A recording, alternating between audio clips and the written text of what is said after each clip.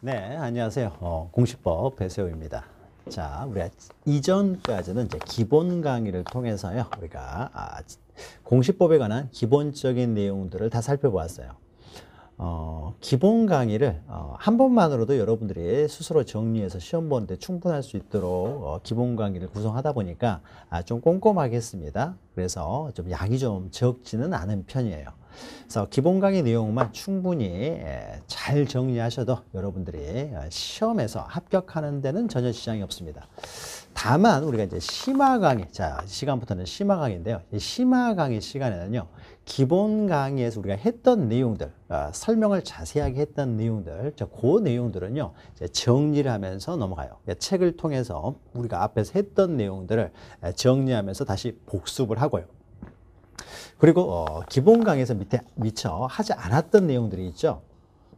출제 가능성이 좀 적은 부분들, 이제 하지 않았던 부분들이 있는데, 출제 가능성이 좀 없긴 하지만은 또 이게 그나마 또 출제할 그 가능성이 있는 부분들은 심화 강의를 통해서 조금 보충을 합니다. 자, 그래서 기본 강의는 우리가 길게 했지만은 심화 강의는 기본 강의 시간에 다뤘던 내용들은 이제 정리만 하다 보니까 그렇게 길지 않게 진행을 할 겁니다. 그래서 지금 이 강의를 통해서 기본 강의 했던 것들 이제 복습을 하시면서 좀 추가되는 내용들 좀 참고로 기억하시면 될 것 같습니다. 자, 그럼 공시법 중에 우리 지적법부터요, 이제 책을 통해서 하나하나씩 정리해 나가도록 하죠. 자, 제1편 지적에서요. 자, 제1장 보시면 2페이지에 지적 총설이 있죠. 여러분들 이제 기본 강의를 다 공부하셨기 때문에 지금은 여기 나와 있는 지문들을 보고 여러분들이 이제 파악할 수가 있겠죠. 그래서 OX 문제도 한번 풀어보시고요.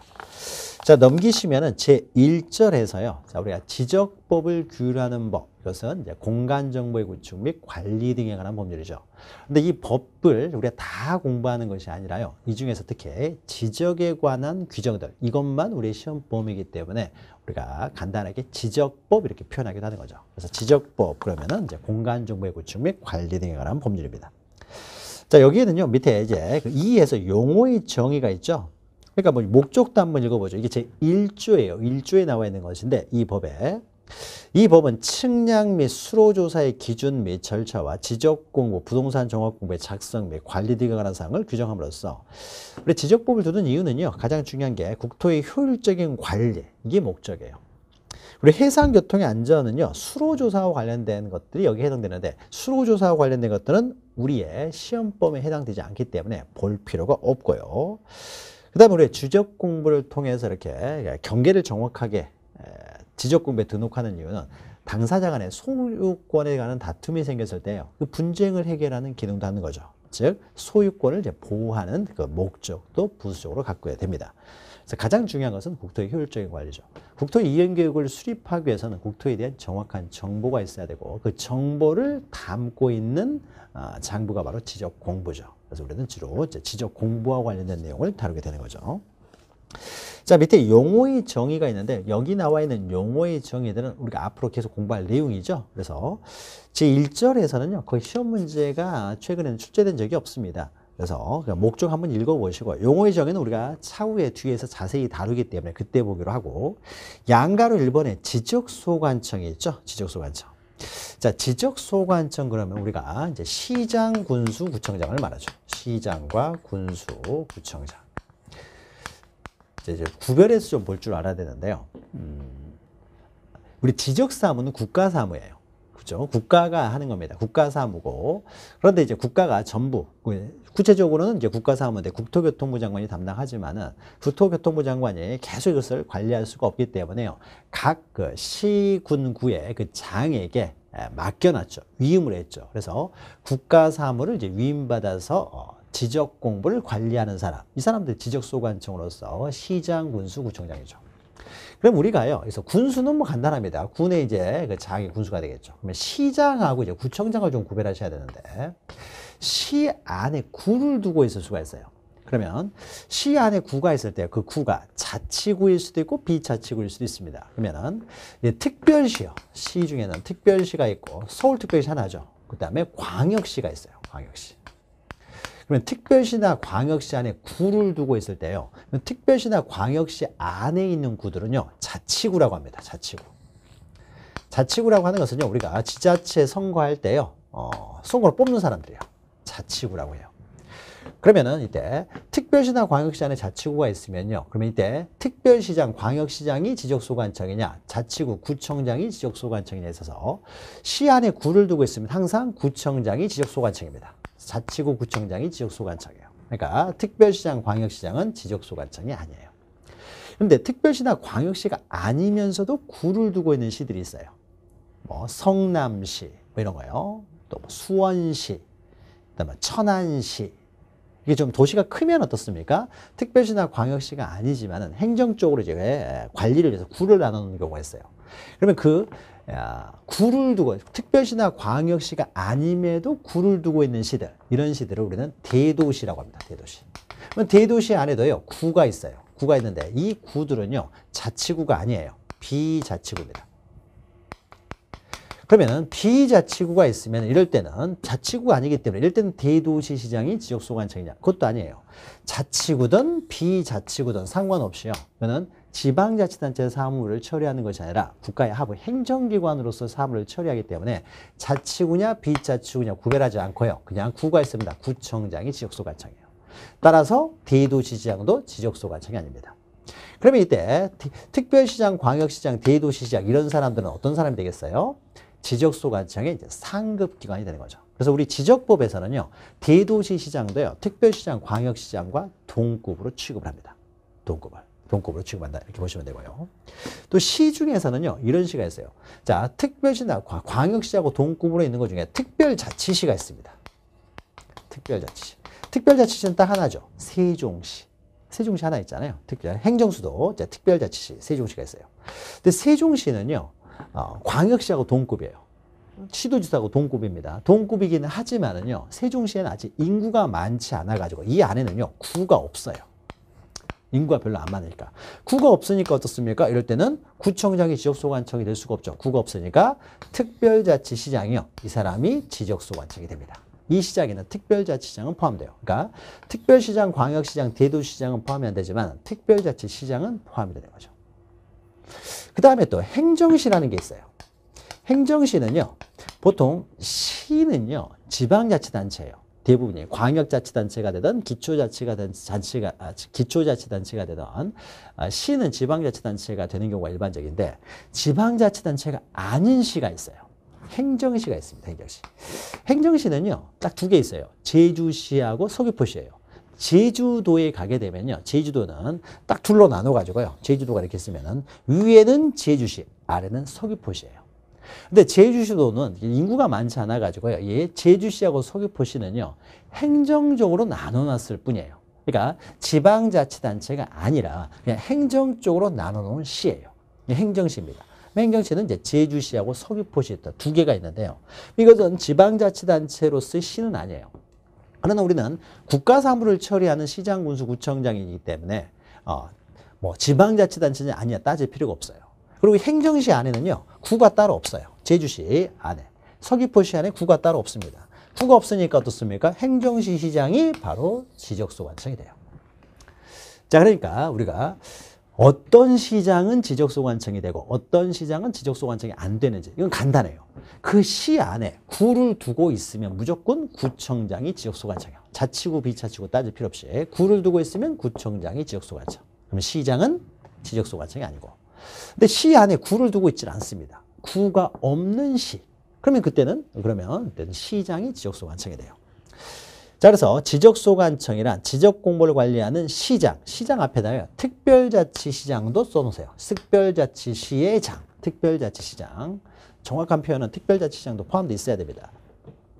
그리고 시장, 시장과 관련돼서 옆에 있죠. 제주특별자치도, 자, 제주도죠. 제주도에 관한 그 법에 있어요. 두 번째 줄 보시면 행정시의 시장은 포함된다. 행정시의 시장은 지적소관청이 돼요. 그리고 밑에 또 지방자치법에 따라 자치구가 아닌 구, 자치구든 자치구를 아니든 구를 두고 있으면 이 시장은 제외돼 버려요. 왜요? 이때는 구청장이 지적소관청이 되니까. 그러니까 구를 두고 있는 시는 자치구든 비자치구든 다 구를 두고 있는 시의 시장은 제외된다. 그리고 이제 군수 있고요. 그다음 오른쪽 구청장 보시면 구청장은 자치구냐 자치구 아니냐 따지질 않습니다. 그래서 자치구 아닌 구의 구청장도 포함이 되고요. 포함이 된다. 이렇게 되는 거죠. 그러니까 간단하죠. 구를 두고 있으면은 구청장이 지적소관청, 구를 두고 있지 않으면은 시장이 지적소관청 이렇게 되는 거죠. 참고로 좀 기억하시고요. 나머지 용어의 정의는 우리가 뒤에서 차근차근 또 보게 되니까, 뒤에서 어차피 다루게 될 테니까, 또 시험 문제가 요새는 잘 안 나오는 내용이니까 넘어가죠. 자, 7페이지 보시면 제 2절에서요, 이제 토지의 등록이 나오죠. 자, 지적 공부를 통해서 토지의 표시를 공시하기 위해서는 먼저 등록이 돼야 될 거 아니에요. 이때 그 토지를 지적 공부에 등록하는 거, 이걸 우리는 지적이라고 하잖아요. 자, 그래서 등록하는 방법이 나오는데 1번에 있는 토지 등록의 제원칙은 우리가 기본 강의 시간은 안 했죠. 그래서 넘어가셔도 돼요. 시험에 안 나오고. 그럼 우리가 등록을 할 때는요, 필지 단위로 등록을 한다는 거죠. 필지 단위로. 그래서 전국에는 한 3,500만 필지가 있는데 필지 단위로 등록을 합니다. 자, 토지를 세는 단위가 필지죠. 자, 넘기시면 필지라는 개념이 있죠. 그래서 필지는 두 번째 줄을 보시면 토지를 등록하는 단위, 그러니까 필지별로 등록한다는 거죠. 자, 밑에는 한 필지가 될 수 있는 기준이 나오는데, 자, 한 필지가 될 수 있다는 것은 합병이 가능하다는 의미가 되는 거죠. 그래서 두 필지가 있는데 이 필지를 합병이 가능하면 한 필지가 될 수가 있고, 합병할 수 없으면 한 필지가 될 수 없죠. 그래서 한 필지의 요건은 합병 가능 요건하고 동일하다고 했죠. 그래서 이 내용은 우리가 합병 시간에 똑같이 나오죠. 그래서 6가지가 있죠. 그래서 지번부여지역, 즉 동리가 동일해야 되고, 그다음에 소유자 동일해야 되고, 지목 동일하고, 집안 연서 붙어 있어야 되고요. 또 축척이 동일해야 되고, 또 등기 여부가 동일해야 된다는 것은 둘 다 등기되어 있든지 둘 다 등기가 안 돼 있든지 해야 되지. 하나는 등기되고 하나는 등기되지 않았으면은 합병을 할 수가 없는 거죠. 따라서 이럴 때는 한 필지가 될 수가 없는 것이죠.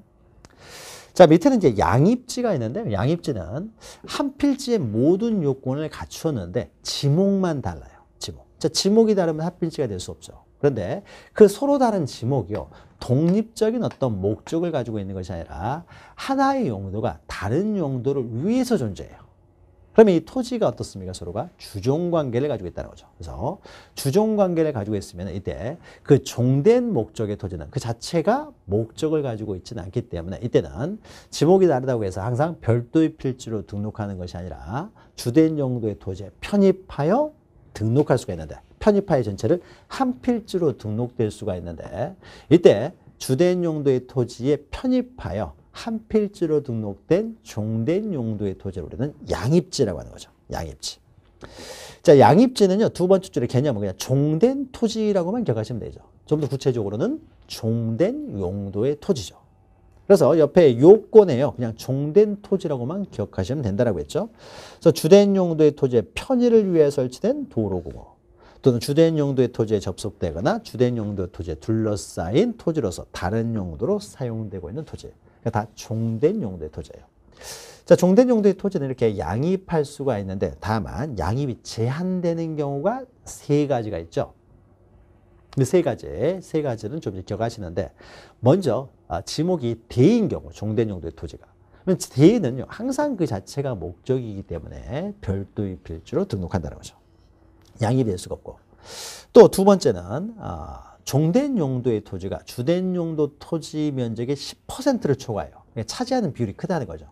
우리는 지목에 따라서 과세를 하기 때문에 양입지를 한 필지로 이렇게 등록을 하다 보면 과세의 불평등 문제가 생길 수도 있습니다. 그래서 이것을 최대한 이제 제한시키기 위해서요, 양입지가 종된 용도의 토지죠. 종된 용도의 토지가 주된 용도의 토지에서 차지하는 비율이 10%를 초과하면 안 된다. 딱 10%까지는 양입이 되고요. 차지하는 비율이 적어야 된다는 거죠. 그걸 비록 차지하는 비율이 적다라고 하더라도 종된 용도의 토지 자체가 굉장히 넓어요. 그럼 100평을 초과한다는 거죠. 100평이면 우리가 보통 330제곱미터죠. 그래서 대도 아니고 또 10%를 초과하지 않는다고 하더라도 종된 용도의 토지 면적 그 자체가 100평, 즉 330제곱미터를 초과하는 경우에는 또 양입할 수가 없다.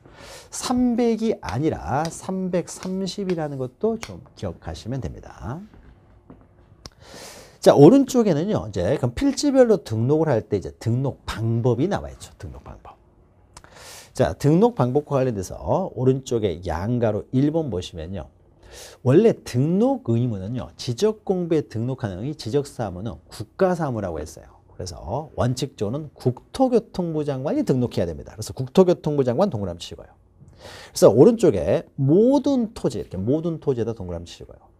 사실 지적공부를 관리하는 사람은, 실질적으로 관리하는 사람은 국토교통부 장관의 위임을 받은 지적소관청이 관리를 하지만 지적소관청은 자기 그 해당 구역이죠. 관할 구역의 토지들만 등록할 수 있는 것이지 모든 토지라는 것은 전국의 모든 토지를 말하는 거죠.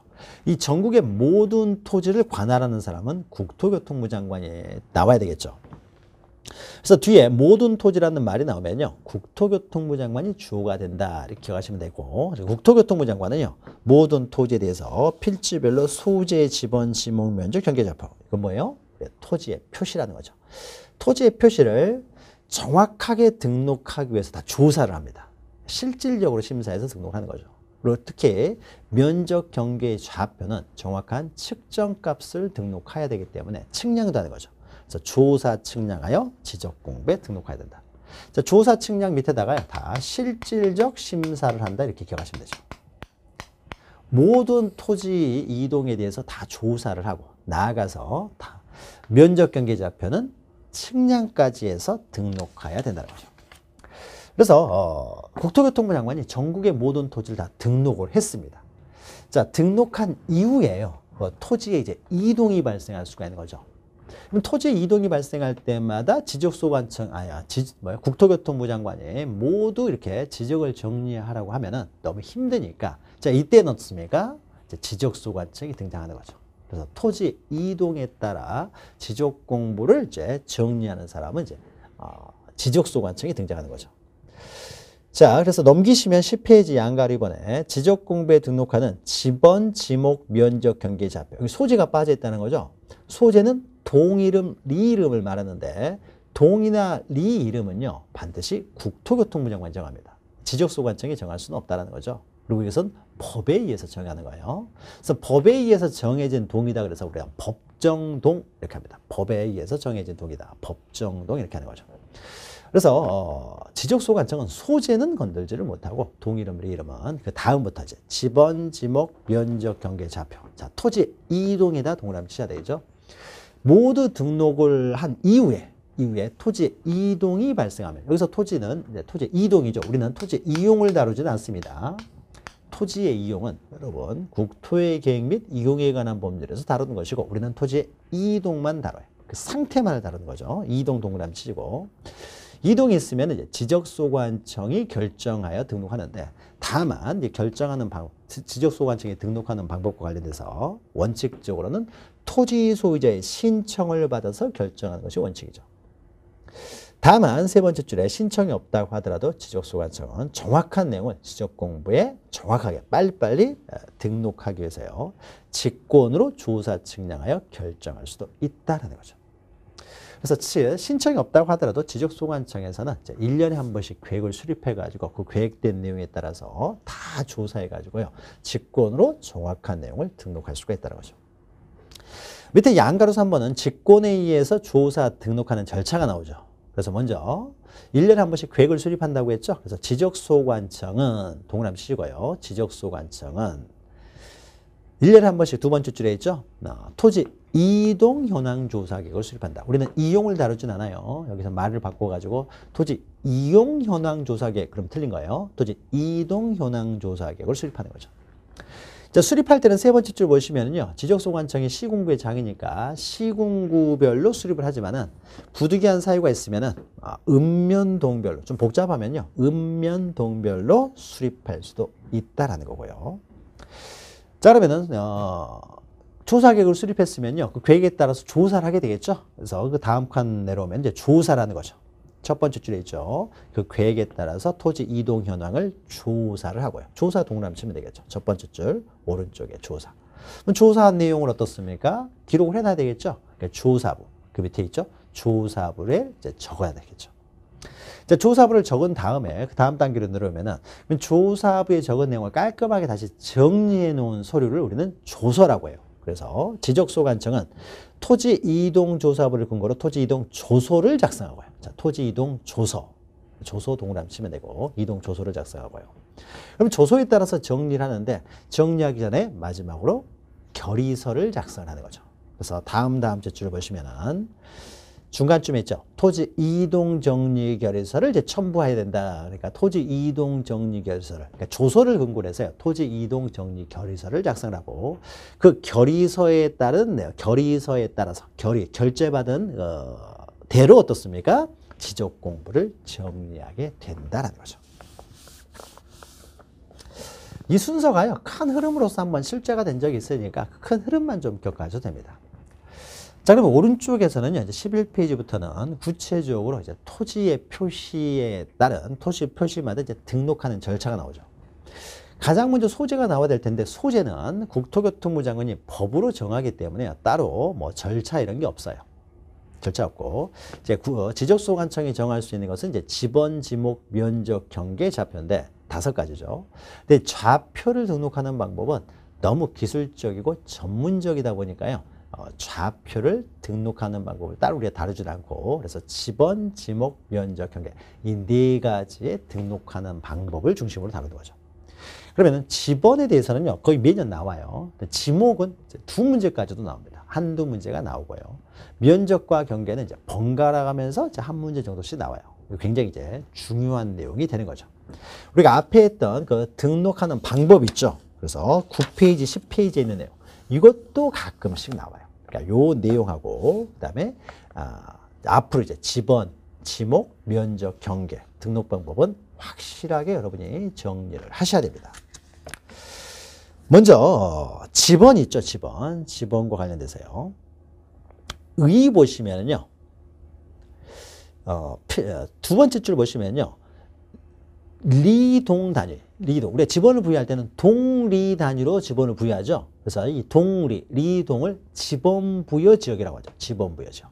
자, 지번부여 지역별로요. 필지마다 붙여서 필지마다 아라비아 숫자로 순차적으로 토지에 붙여놓은 번호 하는데 정확한 표현은요. 지적공부에 등록되어 있는 번호 이렇게 돼요. 그러니까 설명을 하는 과정에서 이렇게 써놓은 것 같은데 우리가 지번에 관한 개념은요. 우리가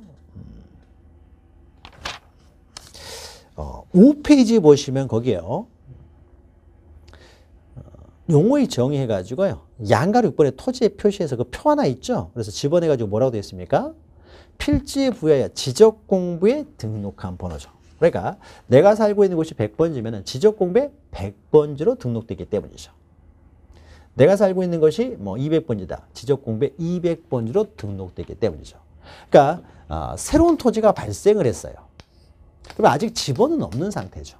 그래서 지적공부에 이제 등록이 되면은 그때 어떻습니까? 지번의 효력이 발생하는 거죠. 토지의 이동, 신규 등록 효력이 발생하는 거죠.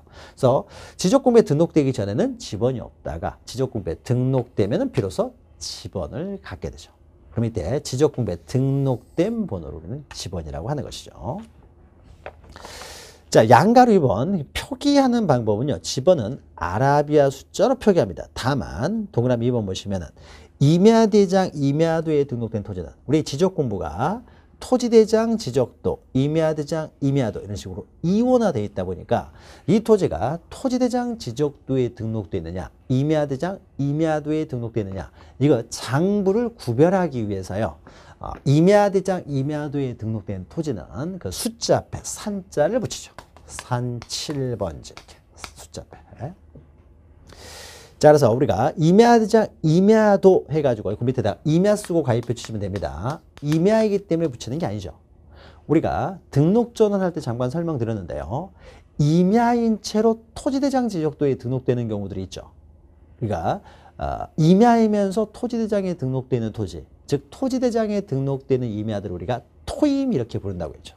그러니까 토지대장에도 임야가 등록될 수 있고요. 그러면 토지대장 지적도에 등록되는 임야는 산자를 붙이면 안 되죠. 그러니까 임야이기 때문에 산자를 붙이는 것이 아니라 임야대장, 임야도에 등록되어 있기 때문에 숫자 앞에 산자를 붙이는 거죠.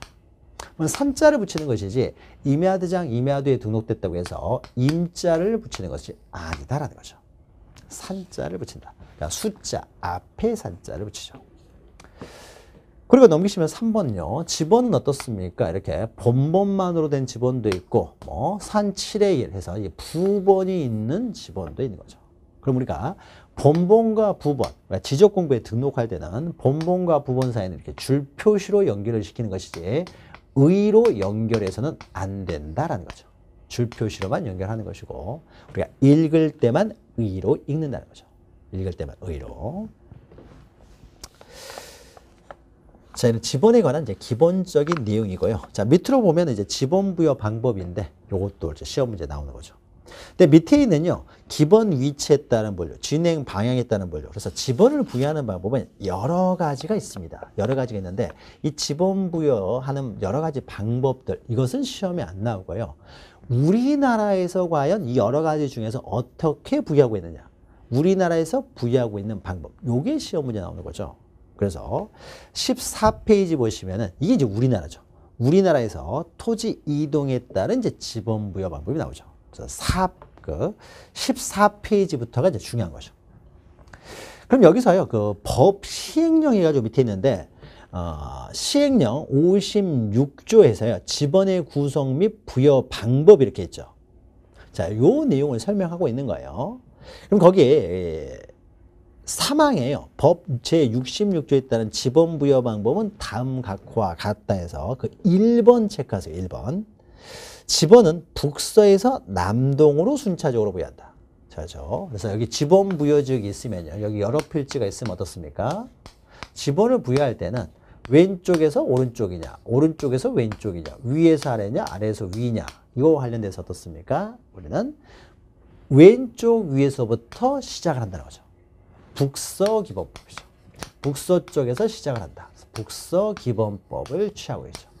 우리가 책을 읽을 때 왼쪽 위에서 오른쪽 아래로 읽기 때문에요. 마찬가지로 북서 쪽에서부터 남동 쪽으로 순차적으로 지번을 이렇게 부여한다는 거죠. 그래서 북서 기본법, 즉 지번은 북서에서 남동으로 순차적으로 부여한다라는 거죠. 요거 하고요. 그 다음 그 밑에 있는 내용은 오른쪽 15페이지부터 이제 책에서 자세히 다루고 있어요. 자, 먼저 신규 등록과 등록 전환에 있어서 지번 부여 방법. 자, 신규 등록과 등록 전환은요, 지번 부여 방법이 동일합니다. 신규 등록은 새로운 토지가 발생했을 때 새롭게 등록하는 것이 이제 신규 등록이 되겠죠. 그럼 등록 전환도요. 여기는 지적도고요. 우리가 신규 등록과 등록 전환은 이렇게 구별할 수 있죠. 여기가 섬이고 여기가 바다예요. 그럼 바다를 메워가지고 새로운 토지가 발생하면 새롭게 신규 등록하겠죠. 그럼 지번을 새롭게 부여해야 되고요. 만약 여기가 산골 마을이어가지고요. 여기가 다 임야예요. 여기는 지적도에 등록된 토지고 여기는 다 임야도에 등록된 토지입니다. 그런데 한 필지가요. 임야에서 전으로 바뀌어가지고 지적도로 옮겨 등록합니다. 지적도로 옮겨 등록하게 되면요. 그때는 산자를 빼고 지번을 새로 부여해야 되겠죠. 즉 신규 등록은 지적공배 지번을 새로 부여하는 것이고 등록 전환을 하게 될 때도 그러니까 토지대장 지적도에 새롭게 지번을 부여한다는 점에 있어서는요. 동일하죠. 신규 등록과. 그래서 새롭게 지번을 부여하기 때문에 그 지번 부여하는 방법이 동일하다는 거죠. 그래서 신규 등록과 등록 전환은 동일한 방법으로 부여한다. 그럼 원칙이 어떻게 됩니까?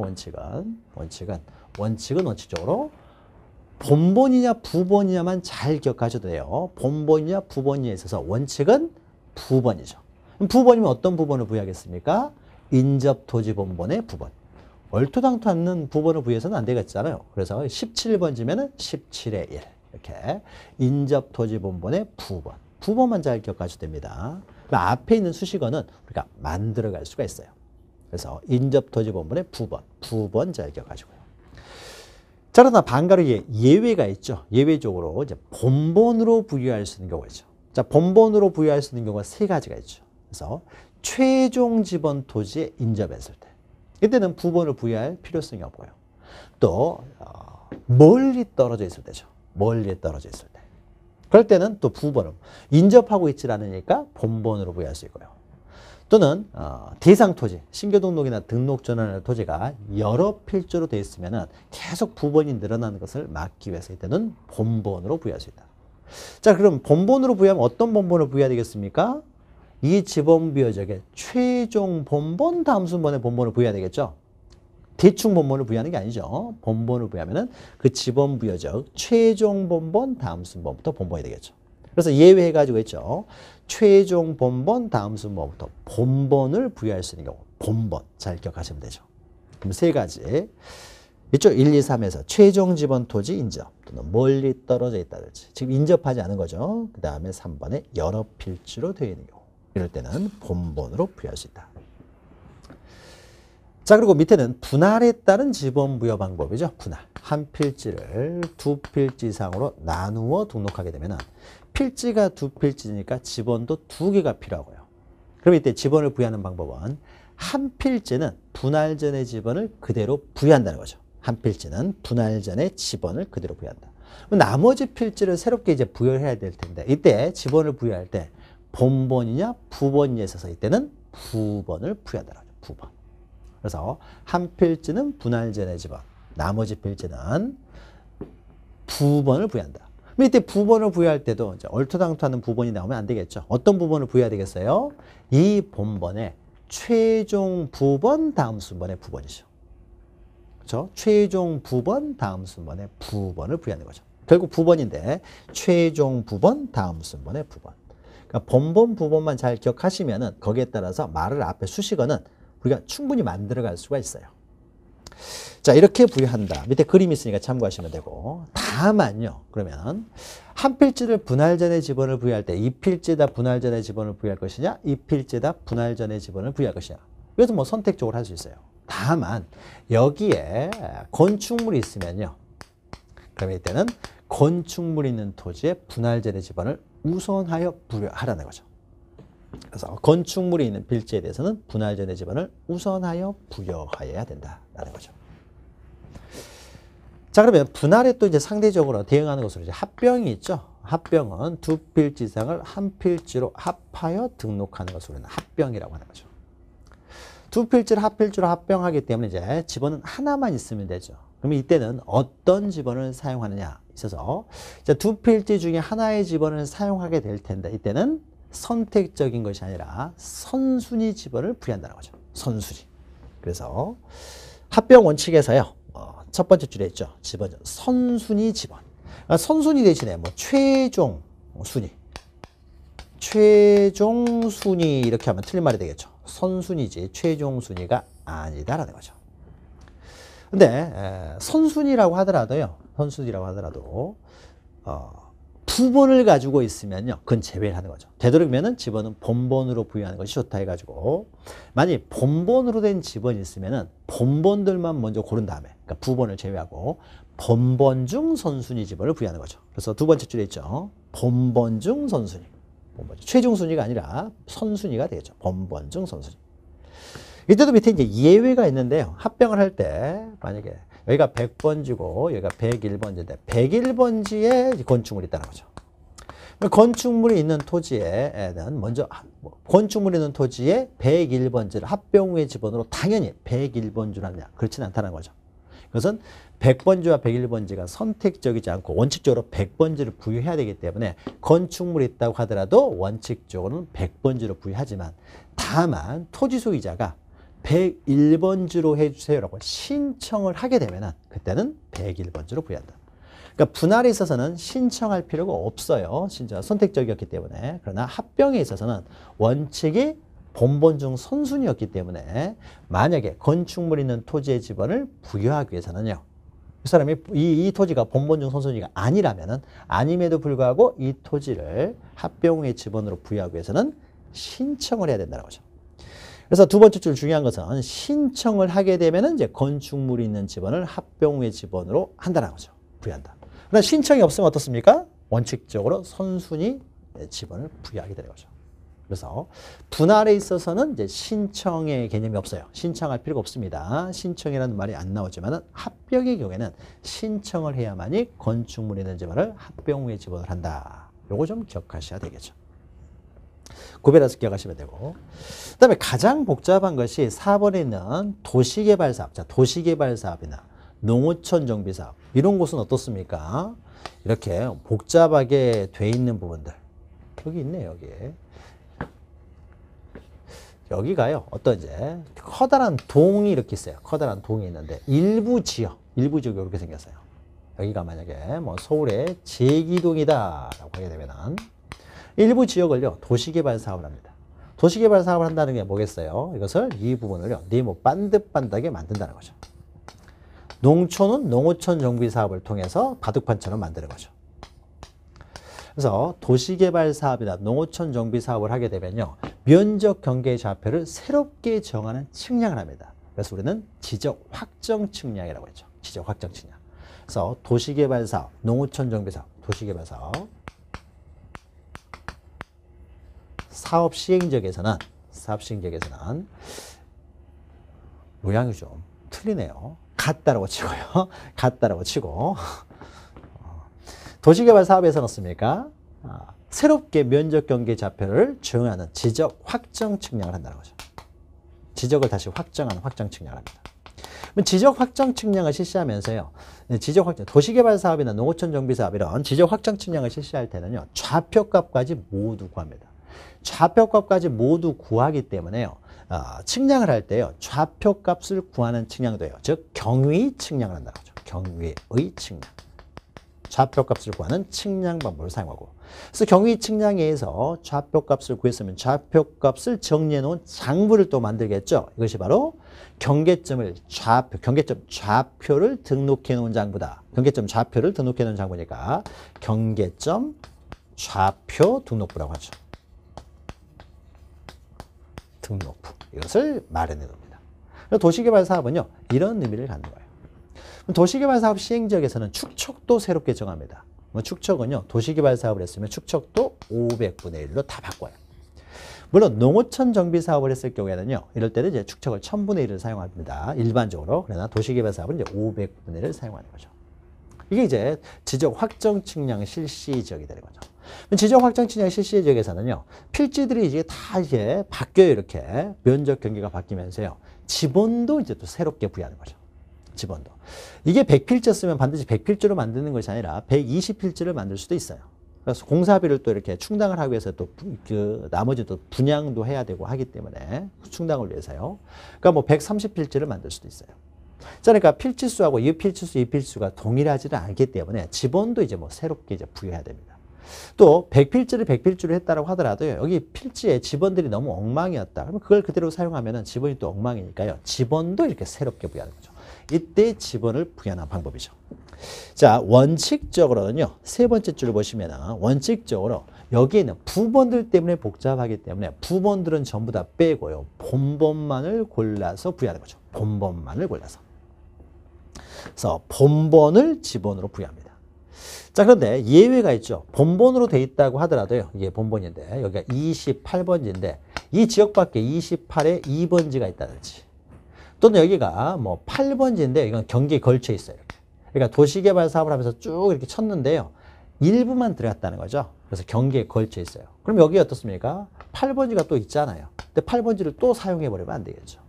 또 여기에 28에 2번지가 있는데 28번지를 그대로 사용해 버리면 어떻습니까? 또 거리가 너무 멀죠. 그래서 본번으로 돼 있다고 하더라도 이렇게 지역 밖에 본번이 같은 지번이 있다든지, 또는 경계에 걸쳐 있는 지번은 본번이라고 하더라도 제외한다라는 거죠. 그래서 그 내용이 있죠. 그래서 다 내가지고 지적 확정 측량을 세 번째 줄에 있죠. 실시한 지역 안에 종전의 지번과 지적 확정 측량을 실시한 지역 밖에, 자, 여기서 들고 오시면 되겠죠. 지역 밖에 본번이 같은 지번이 있거나, 지번이 있을 때. 또 밑에 경계에 걸쳐 있는 지번, 경계에 걸쳐 있는 지번은 본번으로 있다고 하더라도 제외한다. 물론 여기에 뭐 37에 2, 그럼 부번이 돼 있으니까 이것도 제외하고요. 그러니까 부번들 제외하고 본번 중에서도 이 두 가지는 제외하고. 그래서 나머지 이제 본번을 가지고 부여하려고 하는데 나머지가 뭐 60개밖에 안 남았어요. 근데 부여할 필지 수는 이제 100개 필지가 된다는 거죠. 이 60개를 어떻습니까? 100필지를 다 부여할 수 없으니까 새로운 지번 부여 방법이 필요한 거죠. 그래서 그 지번 부여 방법으로 다만해서 오른쪽 예외 있죠. 만약 도시개발 사업을 할 때 어떻습니까? 이것을 뭐 블록식으로 만약에 개발했다. 1단지, 2단지, 3단지, 4단지, 5단지, 6단지. 그럼 이럴 때는 블록식으로 만약 개발했을 때는요, 그 각각의 블록에는 하나의 본번을 부여하면서 그 안에는 그 부번으로 지번을 부여하는 방법. 이렇게 하게 되면 어떻습니까? 만약에 7단지로 만들었다. 그럼 본본은 7개만 있으면 되죠. 그 안에는 부본으로 부여하면 되니까. 그래서 첫 번째 줄 맨 오른쪽 보시면은요. 이렇게 했죠. 종전 집어넣은 수가 새로 부여할 집어넣은 수보다 적어요. 부여할 집어넣은 수가 뭐예요? 남는 그 집원이 부족하다는 거죠. 적으면 이때는 블럭 단위, 블럭씩 동그라미 치면 되겠죠. 블럭씩, 블럭 단위로 한다.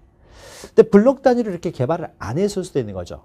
전원주택 단지를 만든다든지 해서 블록식으로 안 만들었으면 이제 블록식으로 집원을 부여할 수 없고요. 그러면 이제 최종적인 방법이죠.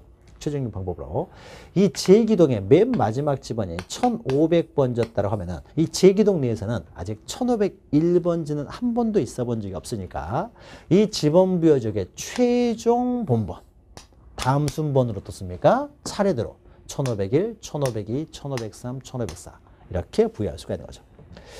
그래서 두 번째 줄 보시면 오른쪽에 있죠. 그 집원 부여 지역의 최종 본번 다음 순번부터 본번으로 차례대로 부여할 수가 있다라는 것이죠. 도시개발 사업에서 집원 부여 방법도 잘 나와요. 이거 좀 기억하시면 되고. 근데 이것보다 더 중요한 것은요. 그 밑에 있는 내용입니다. 이게 이제 오히려 더 기출이 더 되는데요. 3번보다 4번이 더 중요해요. 근데 3번 보시면은요. 동그라미 2번만 기억하시면 되는데 이제 준공된 다음에 지번을 부여할 텐데 아직 준공도 하기 전에 먼저 지번부터 부여하려고 합니다. 그러면 도시개발 사업 이런 것들이 뭐 대충 하는 게 아니죠. 사업 계획도 같은 걸 다 만들어 가지고 거기에 맞춰서 사업이 진행되기 때문에 완성되기 전에, 완공되기 전에, 준공되기 전에 만약에 지번을 부여할 때는 뭘 보고 부여하느냐? 밑에 보시면은 사업 계획도, 이 동그라미 치면 돼요. 사업 계획도에 따라 지번을 부여한다. 사업 계획도에 따라 지번을 부여하는데 어떻게 부여해요? 방금 우리가 했던 방법으로. 지적 확정 측량 실시 지역에서의 지번 부여 방법에 따라서 지번을 부여한다라는 것이죠. 그럼 밑에 4번이 중요합니다. 4번이. 그러면은 도시개발 사업 시행지역 이런 데서는요, 엄청나게 많은 필지에 대해서 새롭게 지번을 부여하는 거예요. 이렇게 새롭게 지번을 부여할 때는 바로 이제 이런 방법을 사용을 하게 되는데, 그러면 도시개발 사업 시행지역이 아니라고 하더라도, 즉 지적 확정 측량 실시 지역이 아니라고 하더라도요, 엄청나게 많은 필지에 대해서 새로 지번을 부여할 때는 또 이 방법을 사용합니다. 이 방법은 뭐예요? 이 지번 부여 지역의 최종 본번 다음 순번부터 본번으로 순차적으로 부여하는 거죠. 그래서 우리가 1, 2, 3 있는데 1, 2, 3 해가지고 우리가 이걸 주문자로요. 지, 개, 축 해서 외우셔야 돼요. 지는 지번 변경. 자, 도시개발 사업을 하기로 했는데 이것이 백주야가 됐어요. 도시개발 사업은 못했습니다. 근데 지번이 너무 엉망이어서 지번만이라도 새로 부여하고 싶어요. 지번을 변경하게 되는 거죠. 이때 지번을 변경하게 되면 이 엄청나게 많은 필지에 대해서 새롭게 지번을 부여하게 될 텐데 이때 어떻습니까? 지번이 엉망일 때는 이 최종 지번이 1500번지면 그냥 1501, 1502, 1503 이렇게 해가지고 순차적으로 부여해 버릴 수가 있다는 거죠. 그래서 지번을 변경할 때. 개는 어떻습니까? 행정구역 개편이죠. 행정구역 개편이라는 것은 행정구역을 통폐합하는 거예요. 그래서 여기 서초동과 여러 필지가 되는데 여기 방배동을 서초동과 방배동을 합쳐서 이것을 그냥 전체적으로 서초동으로 만들어버려요. 전체를 다 서초동으로. 그럼 방배동의 지번을 다 새롭게 부여해야 되겠죠. 그럼 이때 부여할 때 어떻게 해야 되겠습니까? 서초동 최종 본번이 1500번지면 여기서부터는 1501, 1502, 1504. 엄청나게 많은 필지에 새롭게 부여하는 경우죠. 그 다음에 세 번째 축은 이제 축척 변경이죠. 자, 축척 변경을 할 때도요, 지번도 새로 부여한다고 했어요. 축척 변경을 하게 되면 도면이 굉장히 늘어나잖아요. 도면이 하나의 도면으로 있던 것이 뭐 4개의 도면으로 만들어질 거 아니에요. 확대를 하다 보니까. 그러면 지번도 그 도면에 맞춰서 지번도 새롭게 부여하는데 이때도 엄청나게 많은 필지에 대해서 지번을 새로 부여하게 되겠죠. 그러면 이때도 이 방법을 사용합니다. 그래서 지, 개, 축 해가지고요. 지번 변경 지역, 축척 변경 사업 시행 지역, 행정구역 개편을 통해서 새롭게 지번을 부여할 때. 자, 요럴 때는 그 뒤에가 뭐가 나와야 되느냐? 본번으로 부여한다, 부번으로 부여한다 이러면 틀린 것이고요. 항상 뭐가 나와야 되느냐? 지적 확정 측량을 실시한 지역에서의 지번 부여 방법에 따른다. 이렇게 나와야 돼요. 지적 확정 측량 실시 지역에서 지번 부여 방법이요. 본번으로 부여할 수도 있고 때로는 블록식으로 하게 되면 부번으로 부여될 수도 있잖아요. 그러니까 그 자세한 내용이 나오는 것이 아니라 시험 문제에서는요. 요게 나와요. 그러니까 이 세 가지가 앞에 수식어가 들어가면은 이때는 도시개발사업 시행지역 등에 있어서의 지적 확정 측량 실시 지역에서의 지번부여 방법에 따른다. 지번부여 방법을 준용한다. 이렇게 나와야 돼요. 그래서 위에 있는 말이 나와야 돼요. 그래서 도시개발사업 등이 완료됨에 따라 지적 확정 측량을 실시한 지역의 지번부여 방법을 준용한다. 따른다. 이렇게 나와야 돼요. 그래서 밑에 있죠. 지번 변경, 행정구역 개편, 축척 변경. 이 세 가지는 뒤에 반드시 이 말이 나와야 된다라는 거 좀 기억하시면 돼요. 자, 넘기시면은 이제 지번과 관련돼서 부차적인 내용이 나오는데 먼저 지번 변경이 있죠. 지번 변경. 자, 지번 변경은요. 지번 변경할 때는 지적 확정 측량 실시 지역에서의 지번 부여 방법이 따르는데 지번 변경은 누가 하느냐? 특별히요. 우리가 뭐 국토교통부 장관이 주어다, 시도지사가 주어다 따로 이제 암기를 할 거예요. 조금씩 암기를 할 텐데 특별히 국토교통부 장관이나 시도지사가 주어가 된다 이런 말이 없습니다. 지적소관청이 주어가 됩니다. 그래서 지번 변경은 지적소관청이 합니다. 지적소관청이 변경을 하는데요. 지번이 바뀌게 되면요. 혼란이 생길 수가 있죠. 그래서 마음대로 지번은 변경할 수 있는 건 아니고 시도지사의 승인을 받도록 하고 있습니다. 자, 1의 보시면요. 1번 지적소관청에다 동그라미 치시고 지번 변경은 지적소관청이 하되 다만 첫 번째 줄 맨 오른쪽 보시면은 자신의 상급기관인 시도지사나 대도시장의 승인을 받아서 지번부여 지역의 전부 또는 그 일부에 대해서 지번을 새롭게 부여할 수 있다. 새롭게 지번을 부여한다는 것이 지번을 변경하는 것이 되겠죠. 변경. 그래서 시도지사 승인, 이거 중요한 거죠. 자, 시도지사 승인을 받아서 해야 되는 거. 그러니까 지적소관청이요. 시도지사 승인 필요 없이 원래는 자유롭게 할 수 있는데 시도지사 승인이 필요한 거. 딱 세 가지는 외우셔야 돼요. 그 소리가 요거하고 비슷해요. 지, 반, 축. 여기서 지는요. 방금 했던 지번 변경을 말합니다.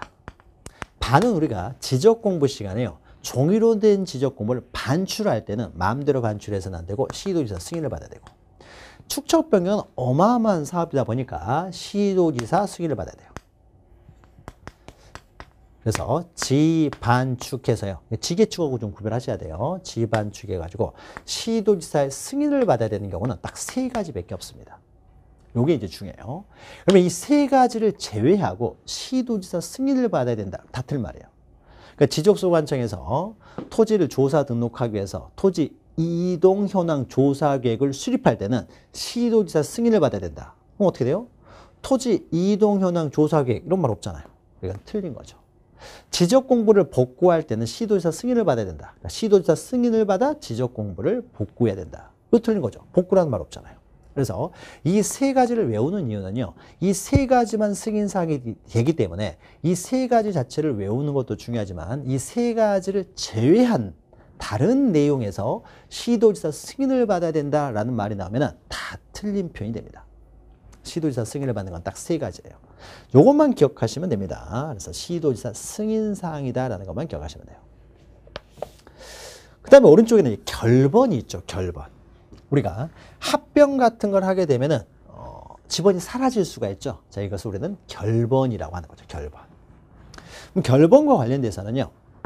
자, 양가로 2번 보시면 결번 대장이 있죠. 그래서 결번은 다양한 원인에서 발생합니다. 뭐 도시개발 사업을 해도 발생하고 합병을 해도 발생하고요. 그러니까 결번이 발생하는 원인을 여러분들은 외울 필요 없고요. 자, 결번이 생길 때는 두 번째 줄. 결번이 생길 때는 시도지사 승인사항이 아니죠. 이것도 시도지사 승인 없이요. 지체 없이 그 사유를 결번대장, 즉 결번을 기록해 놓은 장부를 우리는 결번대장이라고 하고 그 결번대장에 기록을 하라는 거죠. 기재하라는 겁니다. 여기 결번대장 들어가야 될 자리에요. 뭐 지번대장 이런 말이 나와요. 이거 다 틀린 거죠. 결번대장에 등록을 합니다. 결번대장. 그리고 결번은요. 사용을 원칙적으로 해서는 안 돼요. 결번을 사용해버리면 과거 지번하고 과거 결번이 생길 당시 지번하고 새롭게 부여한 지역하고 이렇게 혼란이 생길 수가 있기 때문에 결번은 원칙적으로 다시 사용할 수 없습니다. 다시 사용할 수 없도록 하기 위해서요. 이 결번 대장도 영구히 보존한다. 그래서 20페이지 맨 위에 영구히 보존 이렇게 했죠. 영구히 보존하고 원칙적으로는 동그라미 2번에 두 번째 줄에 있죠. 다시 사용할 수 없는 것이 원칙입니다. 물론 예외는 있긴 해요. 그러나 원칙적으로 다시 사용할 수 없다 기억하시면 되고 영구히 보존 기억하시면 되죠. 밑에는 결번이 발생하는 사유와 관련돼서요. 왼쪽에 결번이 발생하는 사유, 원인, 경우 이걸 외울 필요는 없고요. 적어도 결번이 발생하지 않는 경우는요. 1번 신규 등록할 때는 새롭게 등록하니까 결번이 없을 것이고요. 분할에 있어서는 분할 전의 지번을 그대로 사용하다 보니까 결번이 발생하지 않을 것이고요. 그 다음에 3번 지목 변경. 지목만 바뀌는 거예요. 지번하고는 아무 상관이 없죠. 따라서 지목 변경 이런 경우는 결번하고 상관이 없죠. 그래서 결번이 발생하는 원인 외울 필요 없고요. 그냥 어떻게 뭐 이러이러한 경우에 결번이 발생한다고 하면은 그 안에 혹시라도 신규 등록이나 분할, 지목 변경이 있는지만 좀 확인하시면 됩니다. 그러면 그 이외에는 그냥 다 결번이 발생할 수 있다. 이렇게 기억하시면 돼요. 자, 지금까지 우리가 지번까지 보았네요. 우리가 기본 강의 때 했던 내용들이죠. 다 했던 내용들을요. 이렇게 복습을 하고 있습니다. 자, 그러면 잠시 쉬었다가요. 지목부터 또 이어가도록 하겠습니다. 잠시 뵙겠습니다.